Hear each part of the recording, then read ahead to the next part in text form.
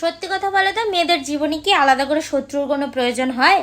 আমার তো মনে হয় না, কারণ আমরা শত্রু নিজেদের শরীরেই নিয়ে ঘুরি। ওই যে 5টা দিন ভাই, পেটে যন্ত্রণা, মাথায় যন্ত্রণা, পেছনে যন্ত্রণা, কোমরে যন্ত্রণা, পায়ে যন্ত্রণা, কোথায় না যন্ত্রণা হয়। গলায় যন্ত্রণাটা মনে হয় না। এটা খাওয়া যাবে না, ওটা খাওয়া যাবে না, সেটা খাওয়া যাবে না, একটু বেশি রিচ খেলে ব্লোটিং হয়ে যাবে, একটু বেশি ঝাল খেলে ব্লোটিং হয়ে যাবে।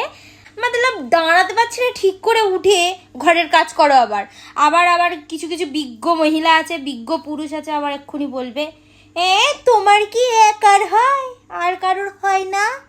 তুমি কি একাই মেয়ে আছো যার প্রথম এটা হয়েছে? না, আমি একা মেয়ে নেই, আমার প্রথম এটা হয়েছে।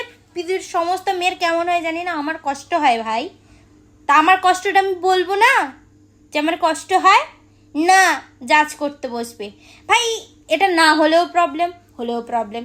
না হলে তোমার এটা কমপ্লিকেশান, ওই পিসিওডি হবে তোমার, তুমি ফ্যাট গেইন করবে, তোমার এটা খাওয়া যাবে না, ওটা খাওয়া যাবে না, এটা চলা যাবে না, ওটা চলা যাবে না, তোমার এমনকি লাইফ রিস্কও আছে পিসিওডি হলে ভাই। মতলব লোকে কোমায়ও চলে যাচ্ছে মাঝে মাঝে।